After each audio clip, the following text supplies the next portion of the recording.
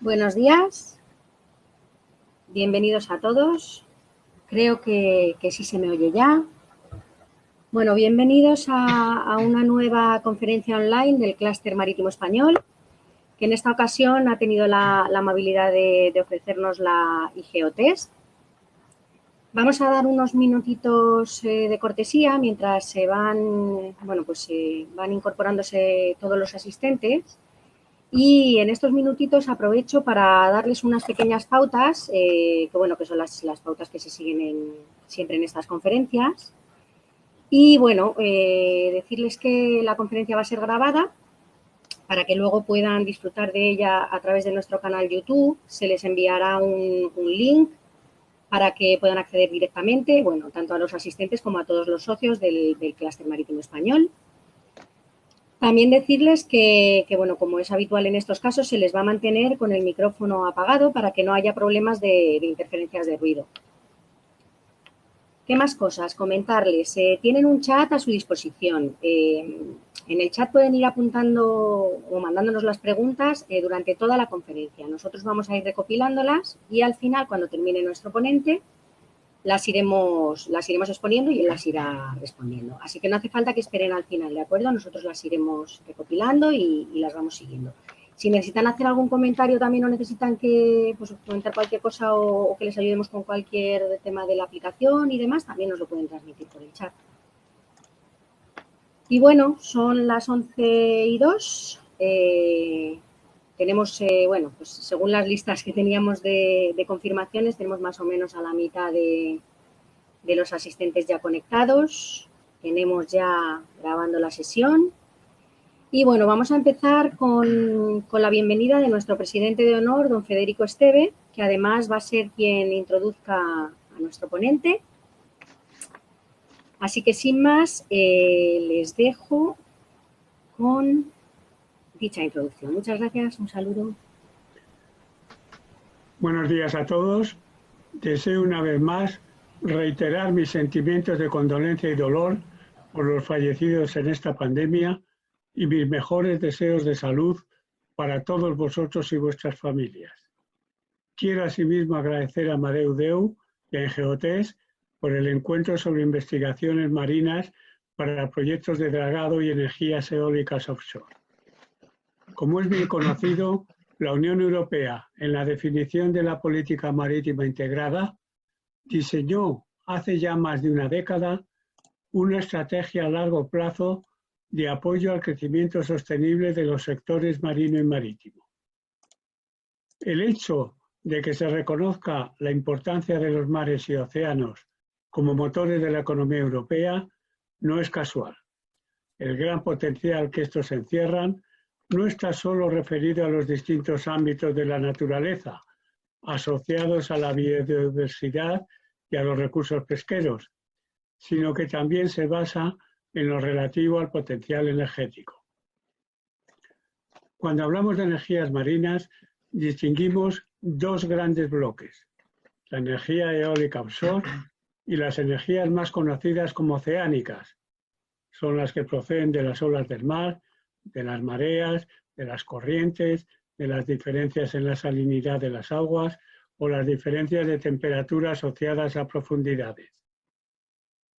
En realidad, hoy en día es que la única de estas energías que se encuentra a nivel de desarrollo avanzado es la energía eólica offshore. Así se evidenció durante el cuarto Congreso Marítimo Nacional, celebrado el año pasado, que fue organizado por la Real Liga Naval Española y el Clúster Marítimo Español, y que contó con los principales expertos en energías renovables marinas de nuestro país.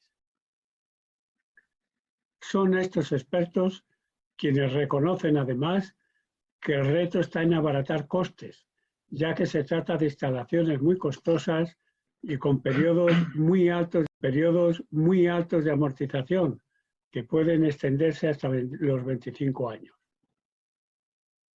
El Clúster Marítimo Español publicó en el año 2011 un estudio denominado Oportunidades de negocio de la energía eólica marina en el sector marítimo español. El objeto del estudio fue el de identificar las oportunidades que se abrían al sector marítimo español con el desarrollo en Europa de las energías eólicas marinas. En este estudio se realiza un breve análisis del sector de las energías renovables marinas en nuestro país, tratando de identificar las causas por las cuales el sector no acababa de despegar. España es una potencia global en la generación de energía eólica. Algunas de las empresas vinculadas a este sector son líderes a nivel mundial. Pero, sin embargo, esta posición de privilegio y liderazgo mundial no se ha visto reflejada en el desarrollo de energía eólica offshore a nivel nacional, no existiendo ninguna instalación desarrollada, tan solo un pequeño proyecto en Canarias de 5 megavatios. Y es que nuestra orografía submarina, al no contar con plataforma continental, añade una dificultad intrínseca al medio que dificulta el desarrollo de las tecnologías para trabajar en un lecho marítimo de gran profundidad. Amadeu Deu nos explicará a continuación los procedimientos y tecnologías que Geotest está investigando para la puesta en marcha de proyectos de preparación del fondo marino para dragado e instalación offshore de energía marina eólica. Amadeu Deu es ingeniero geólogo por la Universidad Politécnica de Cataluña, donde ha trabajado como investigador y consultor en proyectos de ampliación de puertos, túneles y estabilidad de taludes. Desde hace 6 años trabaja en Geotest, donde comenzó como personal de campo en proyectos de investigaciones del suelo, tanto terrestres como marinos, en diversos países del mundo. Desde hace 2 años y medio es el director técnico de esta empresa. Además, es profesor tutor de la UNED y miembro activo de la comunidad científica. Amadeu, con mi agradecimiento, te cedo la palabra. Un fuerte abrazo y gracias a todos por vuestra asistencia. Cuando quieras, Amadeu.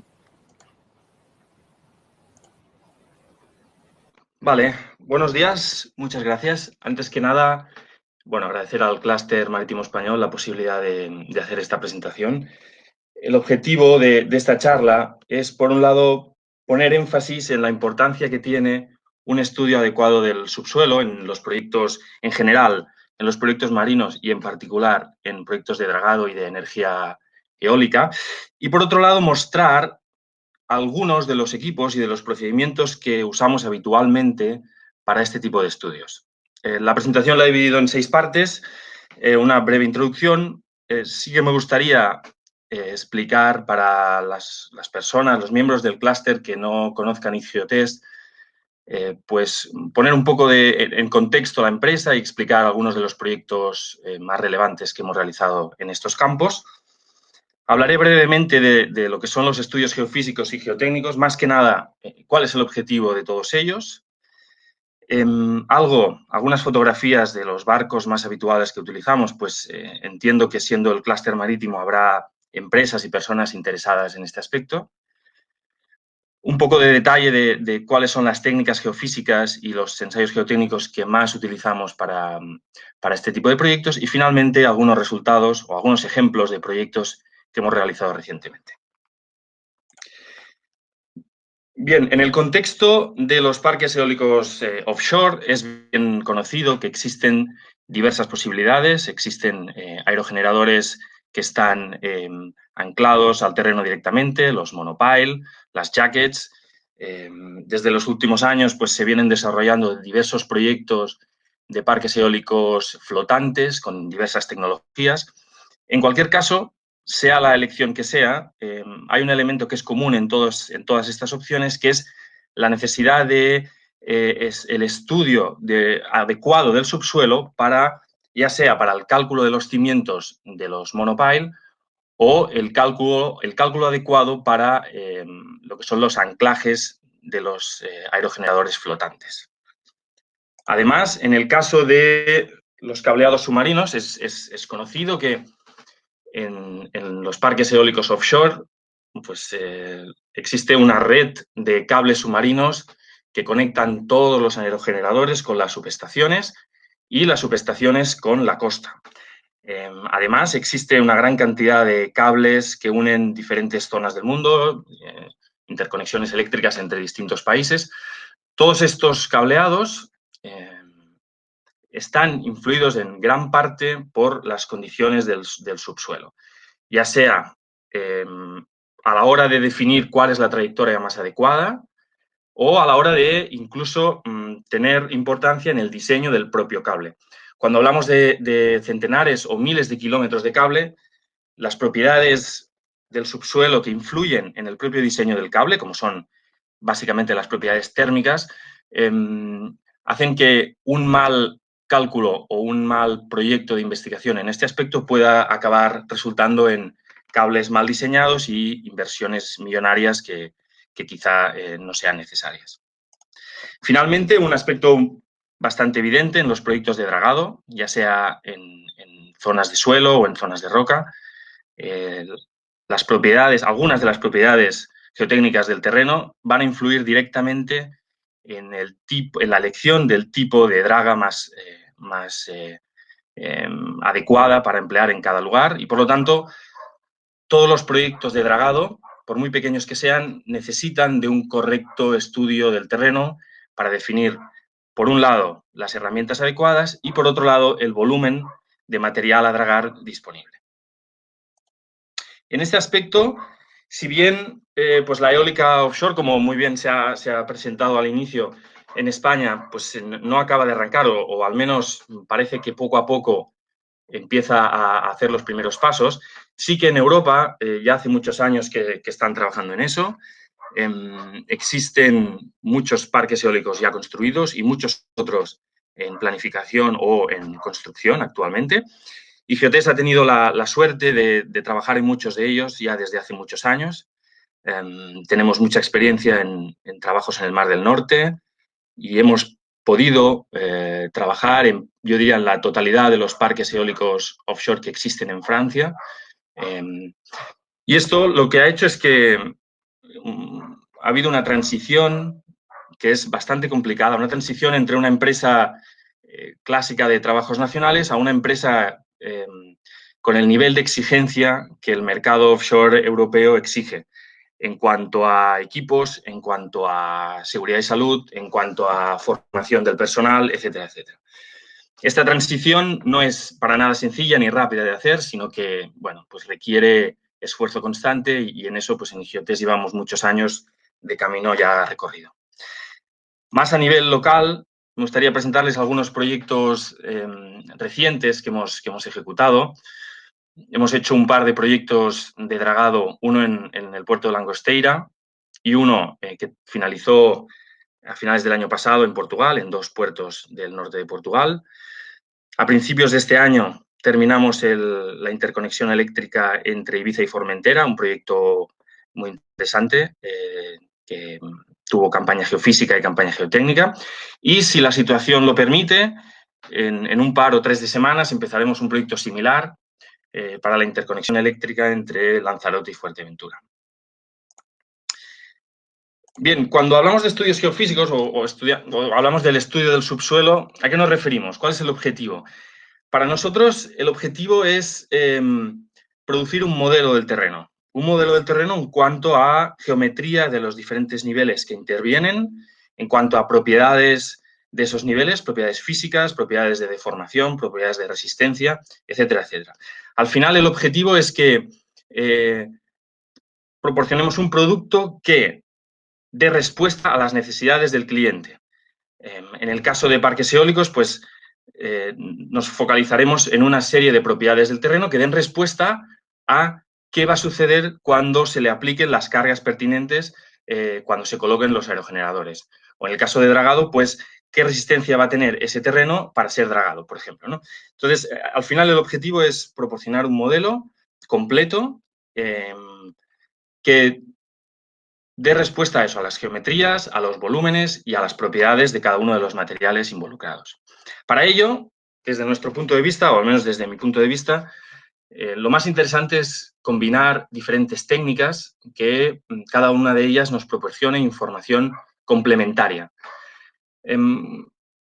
Con esta manera de trabajar, la combinación de diferentes técnicas, conseguimos, por un lado, optimizar las campañas de investigación y, por otro lado, conseguimos modelos mucho más precisos y mucho más realistas que si solo usamos un tipo de técnica y nos limitamos solo a eso.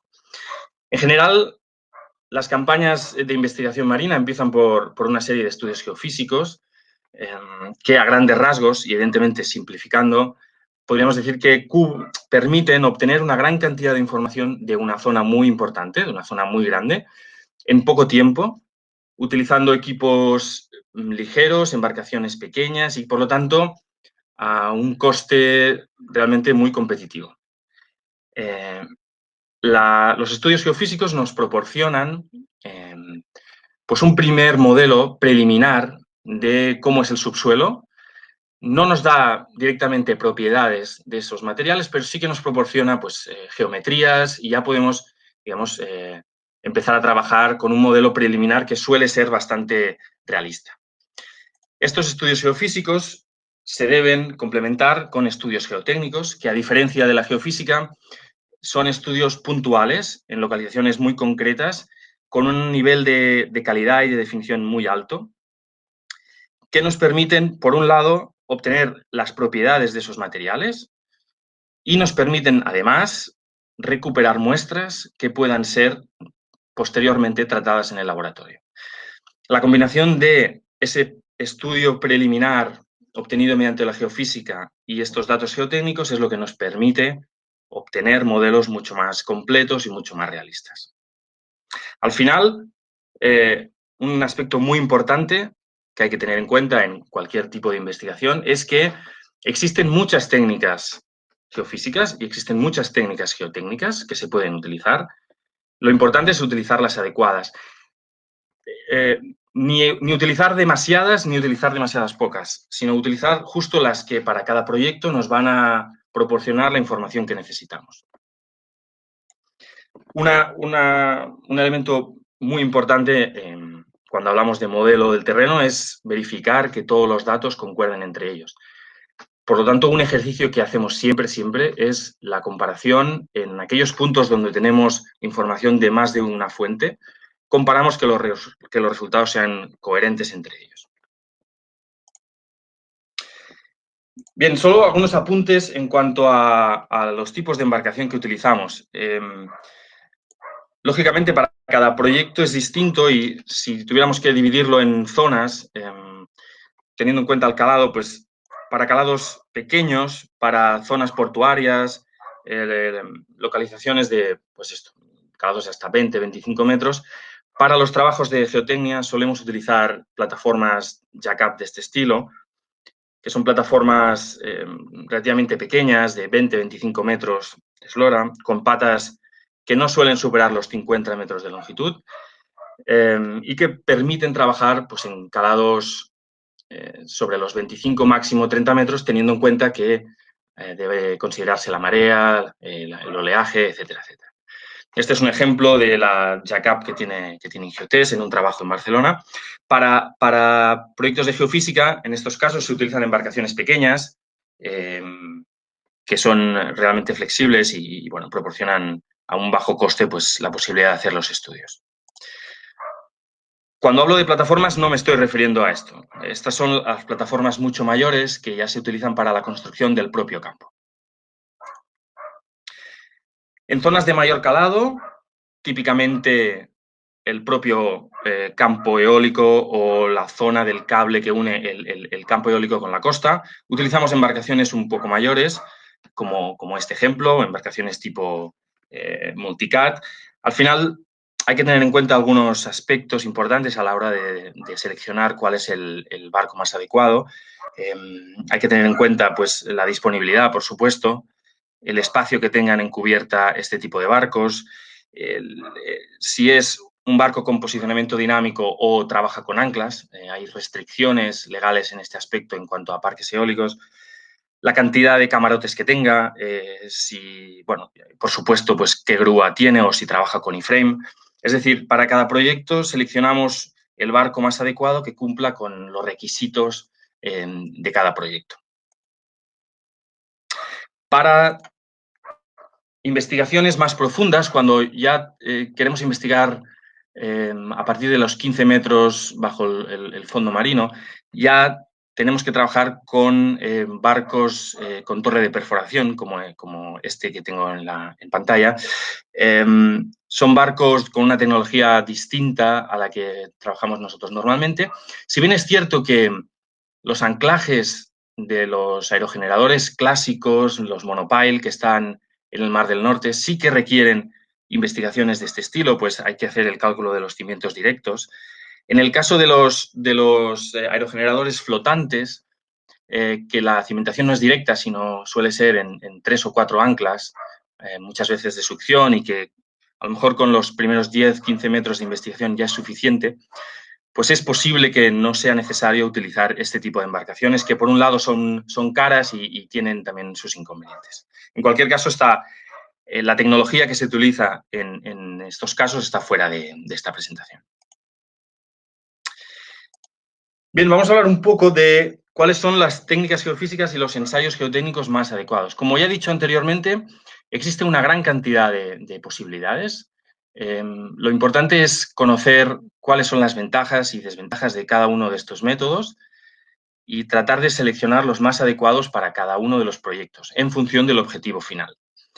Este es un resumen muy breve de las técnicas que, después de varios años trabajando en este tipo de proyectos, pues nos hemos dado cuenta de que son las técnicas que casi siempre se utilizan. Si bien en casos concretos se puede ampliar esta lista, por supuesto. El primer estudio sería la batimetría, que permite conocer la morfología del fondo marino.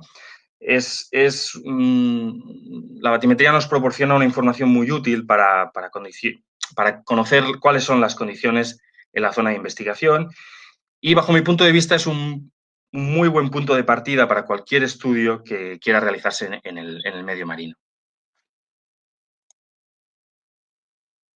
La siguiente fase suele ser el Side Scan Sonar, que al final, para simplificarlo, viene a ser como una fotografía, una imagen de calidad muy alta del fondo marino.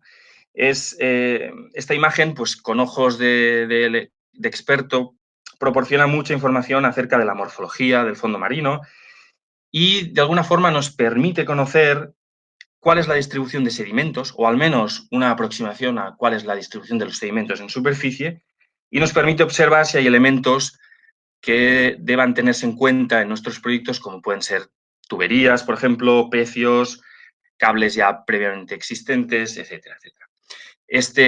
Esta imagen, pues toda esta información que nos permite esta imagen se plasma en un mapa de características del fondo que, bueno, pues es realmente de mucha utilidad para este tipo de proyectos.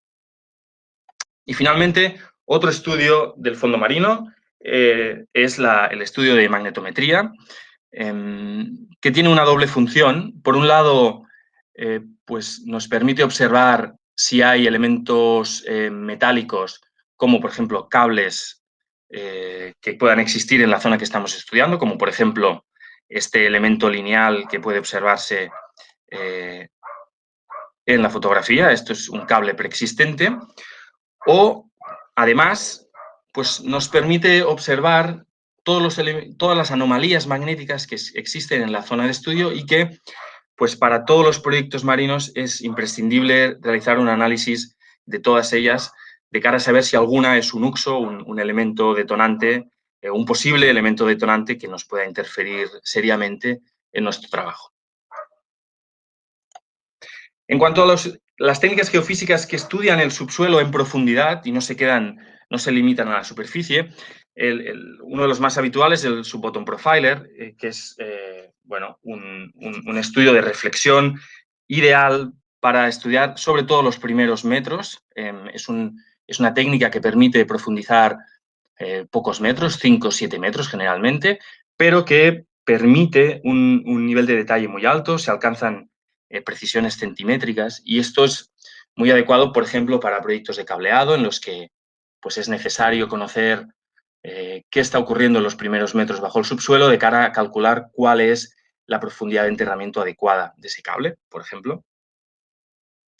La sísmica de reflexión, que si bien para ciertos proyectos no suele usarse, pero, por ejemplo, para proyectos de dragado es realmente interesante. La sísmica de reflexión la utilizamos mucho cuando existe una gran diferencia entre el sedimento, el suelo superficial y el basamento rocoso. En este caso es una técnica estupenda porque permite definir muy bien cuál es ese límite. Esta información, si bien no nos proporciona mucha caracterización de ese sedimento superficial, no nos permite diferenciar entre diferentes niveles, pero esta diferencia entre suelo y roca es de gran utilidad para proyectos de dragado a la hora de pues, conocer a qué profundidad podemos dragar, para calcular volúmenes, etcétera, etcétera.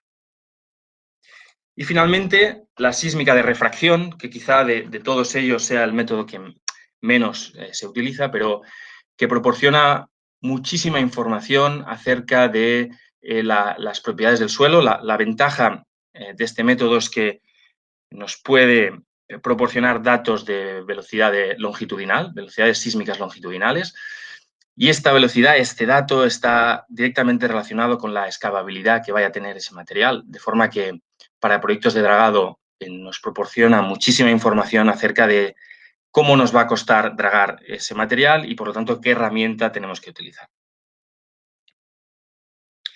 En cuanto a los ensayos geotécnicos, el primer gran grupo de ensayos geotécnicos serían los ensayos in situ, y de entre todos ellos destaca el piezocono, el ensayo CPTU, que se trata de penetrar en el suelo a una velocidad constante una punta cónica que está equipada con diferentes sensores que miden pues, desde la fuerza necesaria para mantener esa velocidad constante, la fricción que existe en el varillaje y la presión de poros que se mide.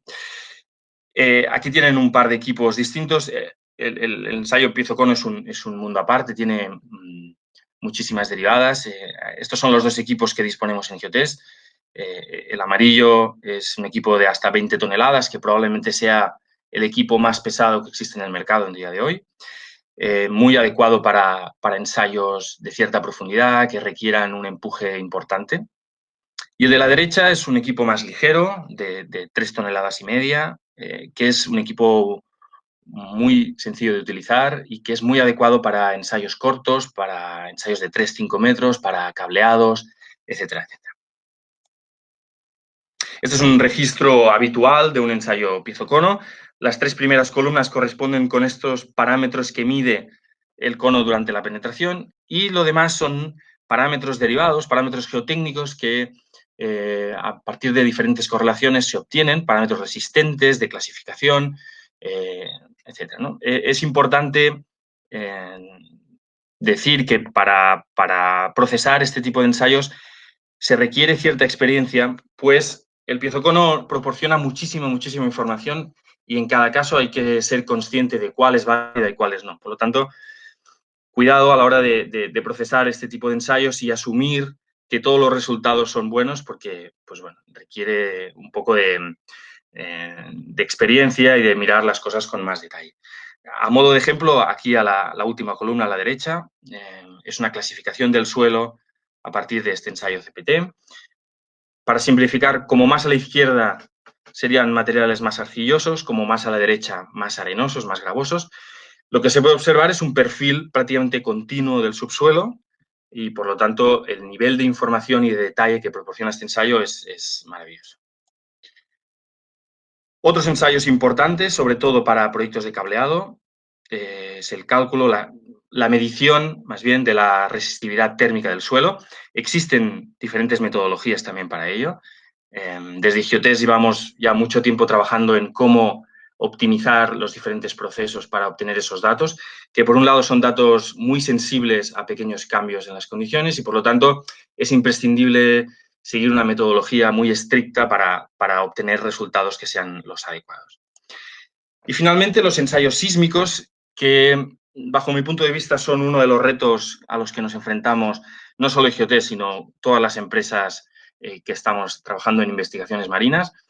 La generación, sobre todo la generación de ondas longitudinales en medio marino es complicada y por lo tanto, bueno, si bien la información que se obtiene es realmente útil, pues con las diferentes ondas sísmicas, tanto la longitudinal como la de corte, pues se pueden obtener los parámetros elásticos y de pequeña deformación del suelo, los parámetros dinámicos que se llaman, pero bueno, la generación de este tipo de ondas es complicada y bueno, digamos que estamos trabajando en ello.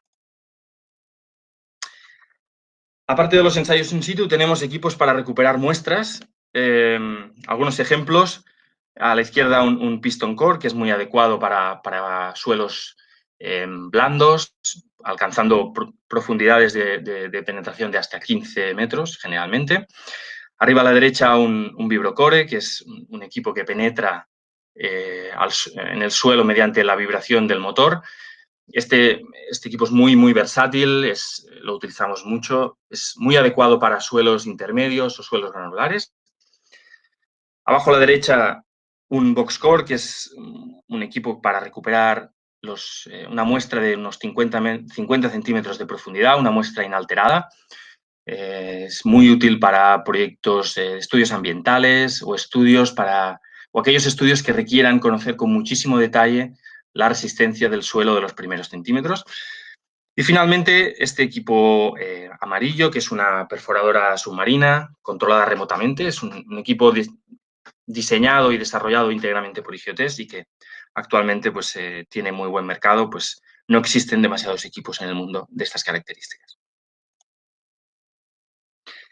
Bien, una vez hemos recuperado estas muestras, las trasladamos al laboratorio. El primer gran reto que tenemos es recuperar muestras de una forma lo más inalterada posible, y esto en un medio marino es complicado. En tierra hay más mecanismos que facilitan esta acción, pero en el mar no es tan sencillo. En cualquier caso, uno de los grandes retos que tenemos las empresas españolas a la hora de trabajar en la eólica offshore es sin duda las campañas de laboratorio y sobre todo aquellos ensayos avanzados que si bien en proyectos no se suelen utilizar, pero en proyectos de eólica marina sí. Estoy hablando sobre todo de triaxiales cíclicos, cortes directos cíclicos, columna resonante, etcétera, etcétera. Lamentablemente a día de hoy no hay ningún laboratorio en España, ningún laboratorio comercial en España que pueda realizar estos ensayos, por lo que solemos trabajar con laboratorios ingleses o franceses o suecos. Sí que existen algunos equipos en universidades o en centros de investigación, pero bueno, a día de hoy probablemente haya muy poca gente que lo sepa utilizar y para las empresas no es para nada práctico. Otras opciones que, bueno, se escapan de lo que normalmente se utiliza, pero si bien existen y por lo tanto está bien nombrarlas, son equipos, los ROV, equipos operados remotamente. En este caso, los ROV sí que van mediante un umbilical, están conectados con el barco, o estos equipos autónomos que se lanzan desde el barco y se recuperan una vez le has marcado la trayectoria y los datos que tienen que recuperar. En cualquier caso, esto merece una presentación aparte. Bien, me gustaría terminar solo con algunos ejemplos de campañas que hemos realizado en IGEOTES en proyectos de dragado y de eólica offshore. No son ni los proyectos más grandes ni los de facturación mayor, sino he querido poner 3 o 4 ejemplos para mostrar un poco los tipos de trabajo habituales que solemos hacer. El primero es un proyecto que ejecutamos en el Mar Negro, en Rumanía, hace un par de años, 3 años en concreto, para una importante dragadora. El objetivo era caracterizar unas arenas en concreto que pretendían ser dragadas para mejorar el estado de las playas de Rumanía.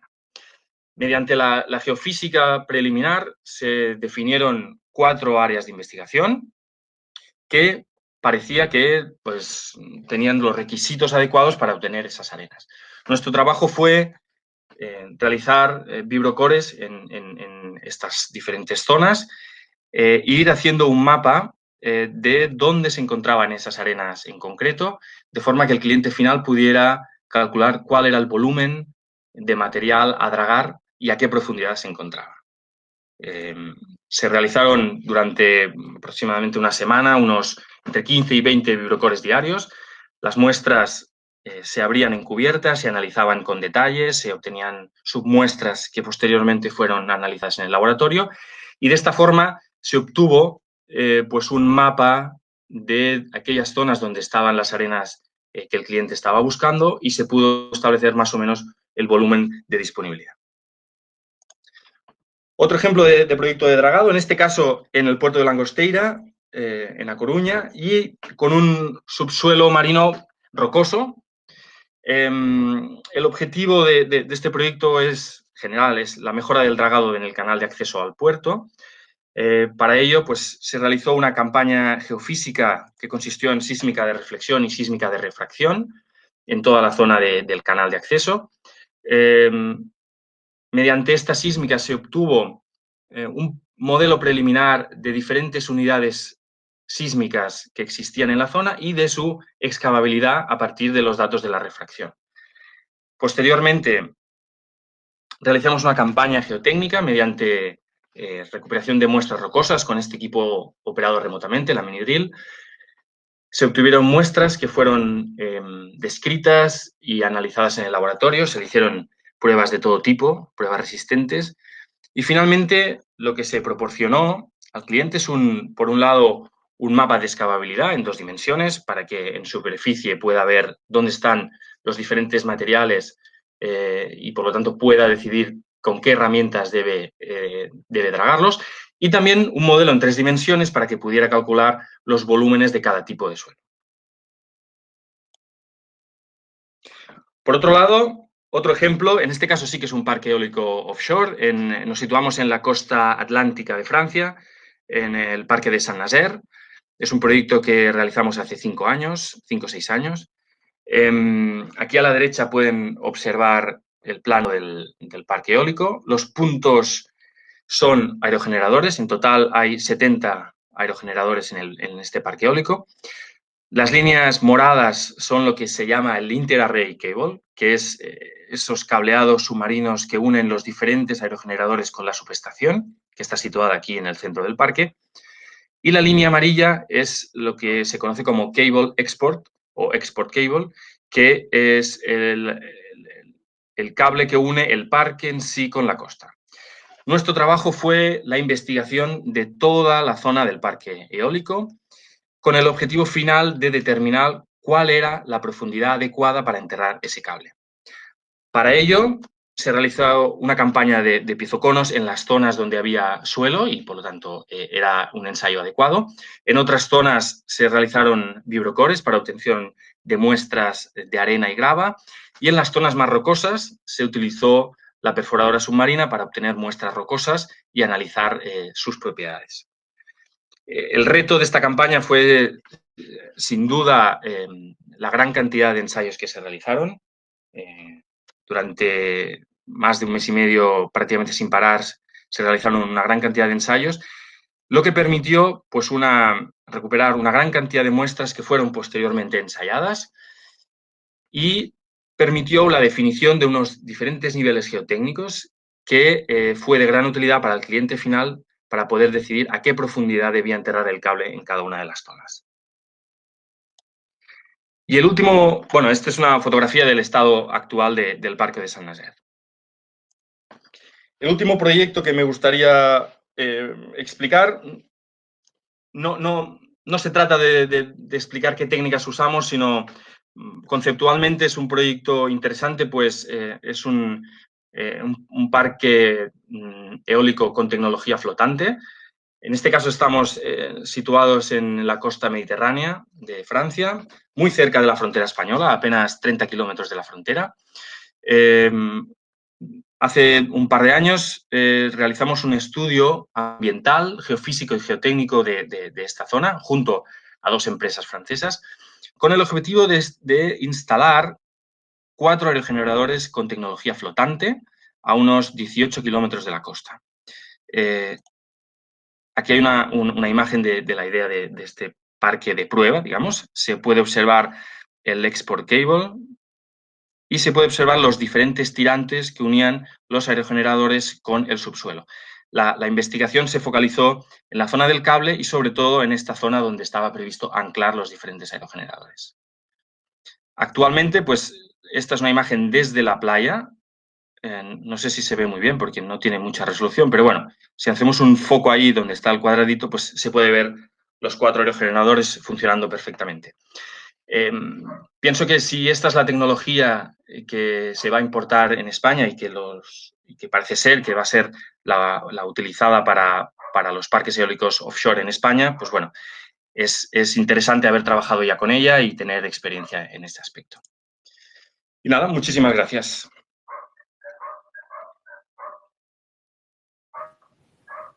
Gracias a ti, Amadeo. Muchísimas gracias. Ha sido una presentación muy interesante y bueno, que yo creo que nos ha dejado claras algunas cosas que muchos de nosotros, pues, igual ni siquiera nos habíamos parado a analizar demasiado, ¿no? Nosotros, como estamos por la superficie, pues claro, aquello del fondo ya sabes.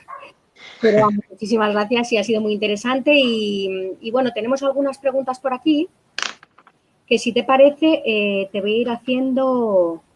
Pues vamos a ver, empezando por una muy sencillita. Esta pregunta la hace, espérate, vamos a quitar esto un momentito, si te parece, y así puedes ir viendo la lectura de las preguntas también.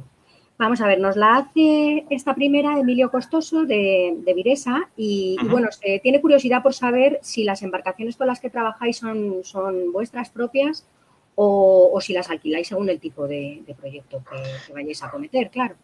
Sí, a día de hoy son alquiladas. Nosotros buscamos para cada proyecto la embarcación más cercana que cumple con los requisitos que nos pide el cliente.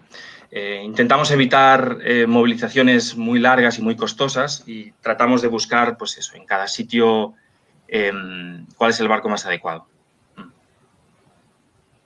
Si bien Claro, no sí, es descartable que en un futuro dispongamos de nuestras propias embarcaciones, pero bueno, a día de hoy son alquiladas. Sí.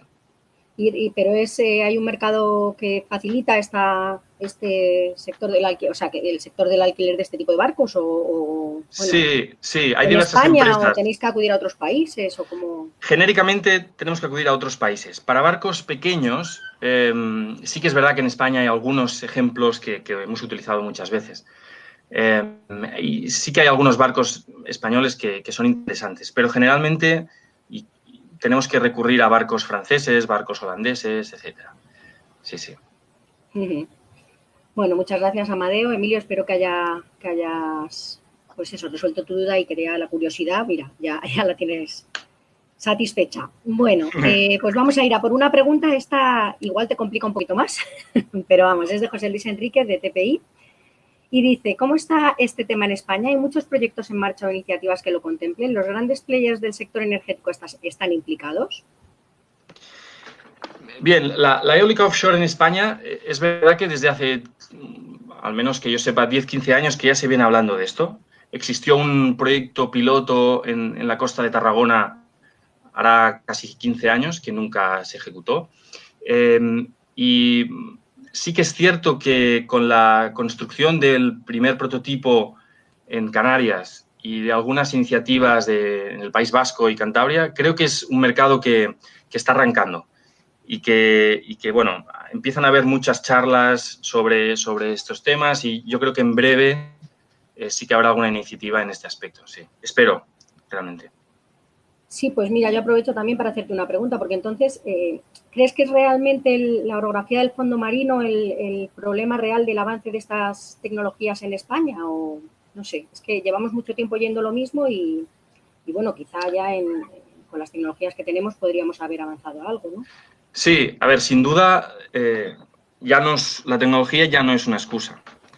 Es más, la tecnología de muchas empresas españolas en eólica offshore se está exportando a muchísimos países del mundo. Hay muchos parques eólicos por el mundo construidos con tecnología hecha aquí. Yo creo que ya es una cuestión de voluntad. Francia nos está demostrando de que se pueden construir parques eólicos con tecnología flotante y, por lo tanto, bueno, pues la costa del Golfo de Lión es muy parecida a la nuestra en el Mediterráneo. Por lo tanto, yo creo que sí que es posible y ya no es una cuestión de tecnología solo. Bueno, a ver si en los próximos años vamos viendo cómo de verdad hacemos nuestro también un sector en el que pues, somos muy expertos. Y bueno, y hablando de este expertise, pues mira, tengo aquí una pregunta de mi compañera Ruth Parra, que bueno, tiene cierta experiencia en tema de gestión de proyectos de I+D y de hecho conoce muy bien este proyecto Ocean Leader. Y bueno, te pregunta, bueno, te la leo directamente la pregunta. Dice, GTS ha sido muy activo en la actividad de I+D+I, entre otros recuerdo el proyecto Ocean Leader 2009-2013. ¿Cómo ha sido de relevante la participación en este tipo de proyectos de I+D+I para asentar las bases comerciales de su actividad actual y sus productos? En la actualidad, ¿dónde cree que se encuentran algunos de los grandes retos de su sector y dónde es necesario un mayor esfuerzo de inversión en I+D+I? Bueno, no está mal, ¿no? Como pregunta. Sí. A ver, bajo mi punto de vista, la primera pregunta, la respuesta sería muy relevante. Esta perforadora submarina, la Mini Drill, es un proyecto íntegramente de I+D+I, que se realizó en IGOTES hará unos 10 años más o menos. Esto nos ha permitido abrir muchísimos mercados, pues al ser el único equipo de estas características que existe, por lo tanto, esto nos ha abierto muchas puertas y nos ha permitido también mostrar otras facetas que nosotros hacíamos bien, pero que no eran conocidas. Y de forma que ya no somos solo conocidos por la Mini Drill, sino en general pues, por los estudios geofísicos y geotécnicos en general que hacemos. Nosotros seguimos trabajando y para nosotros la inversión en I+D+I es fundamental. Tenemos una gran cantidad de ideas, de propuestas y vamos, seguimos en ello porque pensamos que es uno de los caminos imprescindibles para avanzar en este aspecto. Muchas gracias. Y mira, te pregunto la siguiente también de Ruth, aunque aparece ahí José Luis Enríquez, que es nuestro responsable de comunicación, no entiendo por qué, pero vamos, es de Ruth Parra esta pregunta. Dice, ¿en qué situación se encuentra actualmente el proyecto CEFIR promovido por el Instituto de Investigación en Energía de Cataluña, IREC? Creo recordar que en 2010 se estaba impulsando y quedó parado por diversos motivos. Un segundito, que termine, que no la veo, no sé si te he terminado. Sí, termino la pregunta. Por diversos motivos. A ver, no conozco todos los detalles de este proyecto. No sé si se refiere a este proyecto que yo decía en la costa de Tarragona. Ese proyecto, al menos si se trata de ese proyecto, que más o menos son las fechas que dice, por lo que yo sé está totalmente parado. Se exigía por aquel entonces un esfuerzo muy importante a las diferentes empresas y me parece que quedó parado y descartado. Si no es ese y es otro proyecto, lo desconozco, la verdad, no lo sé. No te preocupes, que ahora si no nos lo pasa, nos contesta Ruth por el chat, como lo estoy viendo yo el chat, si no es eso, que nos vaya a contestar. De acuerdo. Vale, y mira, tengo otra pregunta también de I+D+I que voy a aprovechar para hacértela. Dame un segundito. De Marta Sánchez. Aquí. Y dice, ¿habéis realizado algún tipo de evaluación de potencial de impacto por ruido submarino derivado del uso de las ecosondas que utilizáis? ¿Contempláis este aspecto en vuestros desarrollos de I+D+I? A ver, en nuestras campañas de investigación, sobre todo los últimos 2-3 años, ya ponemos personal a bordo encargado de medir esto. Para el Mammal Observer, que se trata, son personas especializadas en la observación de mamíferos y en el control justamente de esto, del impacto que puede tener nuestras actuaciones en la zona, ¿no? Entonces, ya desde hace, sí que personalmente he visto que en los últimos 2-3 años, pues esta figura del Mammal Observer, que históricamente no se había utilizado, pues en los últimos años ya nos lo exigen y, por lo tanto, en los últimos proyectos sí que lo tenemos en cuenta. Genial, es que Amadeo, Marta Sánchez es del Centro Tecnológico Naval y del Mar. Ahí esa pregunta, ¿vale? Bueno, pues seguimos con alguna otra pregunta. Tenemos por aquí, a ver, tenemos una de Rodrigo Guillén, que te la pongo ahora mismo por aquí, y dice que apenas se han mencionado los sondeos. Por favor, ¿podrías indicar tipo de perforaciones, sistemas utilizados y tipos de embarcaciones para la ejecución de los mismos? Sí, a ver, los sondeos, cuando he hablado de los barcos con torre de perforación, ya he comentado que quedaba un poco fuera de esta presentación, pues la tecnología es muy distinta. Los sondeos tal y como conocemos el sondeo estrictamente, son trabajos que se realizan desde este tipo de embarcaciones. Suelen ser requeridas para profundidades de investigación superiores a los 15-20 metros, pues las tecnologías que os he presentado son adecuadas para aproximadamente recuperar muestras hasta unos 15 metros más o menos, 10-15 metros, depende de las condiciones del suelo. Para mayores profundidades sí que es necesario utilizar barcos con torre de perforación. Lo que pasa es que me he querido focalizar no he querido hablar mucho de ello, pues pienso que la tecnología flotante no requiere quizá de profundidades de investigación tan grandes y por lo tanto se puede manejar con los equipos que nosotros disponemos. Pienso. Muchas gracias, Amadeu. Mira, te dicen por aquí, enhorabuena por este webinar muy ilustrativo, te lo dice Luis Guerrero, de Bureau Veritas. Gracias. Vale, pues vamos a ver qué otra preguntita tenemos por aquí. También te da las gracias, Emilio Costoso, por la respuesta que le has dado. Y bueno, pues mientras que miro alguna otra pregunta que tengo aquí en el chat, de momento que no la he filtrado todavía, te pregunto yo. Porque Venga. como tenemos conocimiento de que están preparando desde el Ministerio de, bueno, me parece que es MITECO ahora mismo, no lo sé, pero vamos, que están preparando un plan de ordenación del espacio marítimo. Entonces, no sé si habrá una normativa concreta que limite algunos trabajos de los que hacéis vosotros o si ya tenéis una normativa que os limita algunos usos o cómo está ese asunto. Sí, a ver, nosotros antes de empezar los proyectos estudiamos muy bien la zona, vemos las zonas protegidas. Pueden haber zonas protegidas por muchas razones, por flora, por fauna, por restos arqueológicos, pues, etcétera, etcétera, ¿no? Entonces, nosotros no estudiamos aquellas zonas protegidas y nos limitamos a las zonas donde actualmente, con la normativa actual, digamos, se pueden estudiar, ¿no? Es verdad que el impacto, es decir, los trabajos de geofísica, aparte de las frecuencias de los equipos, que ya he comentado antes, pero no interfieren con el suelo, es decir, no hay una afectación directa, no hay un contacto entre los equipos de geofísica y el suelo marino. Los equipos de geotecnia sí.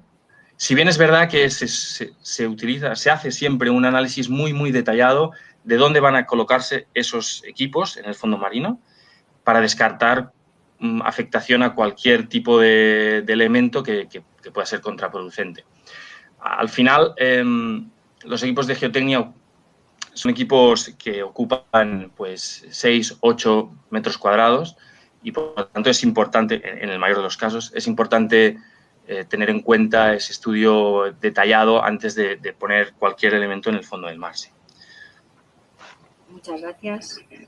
Amadeu, mira, me dice Ruth, en respuesta a lo que comentabas, dice, gracias Amadeu, sí, me refería a ese proyecto, surgieron varios en esos años para establecer zonas aptas para desarrollos piloto a escala real o casi real, IBIME, Pal Norte, Procal en Canarias, etcétera. Esos dos salieron.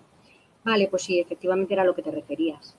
Va, genial. Sí, sí, yo en esos años estaba en la universidad y recuerdo que la Universidad Politécnica estaba encargada de una parte de ese trabajo y la última información que tuvimos es que se descartaba, pues, bueno, porque muchas empresas no habían hecho el paso adelante y, en fin, se descartó el proyecto. Bueno, muchas gracias. También te da las gracias por aquí Rodrigo Guillén, ¿vale? A la respuesta que le has dado respecto de los líos. Bien. Ahora, tenemos una preguntita por aquí también, que no sé si será la última, a ver mientras que la vas respondiendo. Es de Felipe Díaz, de Comismar. Dice, ¿existen cláusulas de Marine Warranty Survey en el desarrollo de los proyectos de construcción relativos al cumplimiento de plazos, pérdida de beneficios para daños IRC? La verdad que no lo sé, porque, claro, nosotros nos dedicamos al estudio previo a la construcción. Nuestro objetivo suele ser proporcionar los datos para que una ingeniería o la empresa que le toque haga los cálculos necesarios para el diseño de los aerogeneradores y del parque en sí. Entonces, no estoy muy seguro de si existen cláusulas de este estilo, no sé. La verdad que no lo sé. Bueno, Felipe, lo podemos investigar. A ver si... Sí, la verdad que sí. Siento no saber la respuesta. Bueno, es muy concreta, es una pregunta así, muy concreta. Claro, es que el mundo de los seguros, pues, aparte que es un mundo complicado también, ¿no? Probablemente sí existan cláusulas, pero no quiero decir Sí, algo sí, si no lo sé seguro. claro. Bueno, pues de momento yo creo que hemos terminado con las preguntas. No sé si quieres hacer hincapié en alguna cosa, Amadeu, o... No, bueno, solo reiterar el agradecimiento al clúster marítimo, pues la posibilidad de hacer esta presentación. Y a nosotros, en IGEOTES, nos gusta mucho hacer divulgación de lo que hacemos porque suele ser poco conocido, al menos aquí en España. Somos, creo, bastante conocidos fuera de aquí, pero aquí nos está costando un poco y cualquier excusa, pues se agradece, la verdad. Claro, sí, es lo que decimos siempre, que siendo un país con 8.000 kilómetros de costa, pues así estamos, que no tenemos una cultura marítima demasiado implantada, ¿no? Entonces, bueno, esa es una de las luchas del clúster también. Así que encantados de que nos hagáis pues este tipo de exposiciones. Y bueno, te digo también por aquí que tengo una respuesta de Felipe Díaz que te da las gracias por tu respuesta. Y bueno, pues de momento, espérate un momentito que me repaso el chat y veo que no hay nada más, o sea que podemos dar por concluida la sesión. Muchísimas gracias, Amadeu, de verdad que ha sido realmente interesante y lo que hacemos a partir de ahora en este tipo de sesiones es, pues bueno, editar el vídeo, preparar un correo con el link y subirlo a nuestro canal YouTube para que todos puedan pues volver a verlo o bueno, incluso quien no lo haya podido ver pues lo puede ver en diferido y bueno, también puede tomar pues alguien algún detalle de las transparencias que aparecen ahí en tu vídeo. Y bueno, si te parece, pues les mandaremos también tu contacto para que si les surgen dudas, pues puedan contactar con vosotros directamente y que sois los que sabéis de esto. Y bueno, no obstante, nosotros iremos transmitiendo también las preguntas que recibamos. Vale. Y bueno, y yo creo que nada más. Mira, te dicen por aquí gracias a Amadeu y al equipo del clúster. Óscar, muchas gracias a ti, Óscar.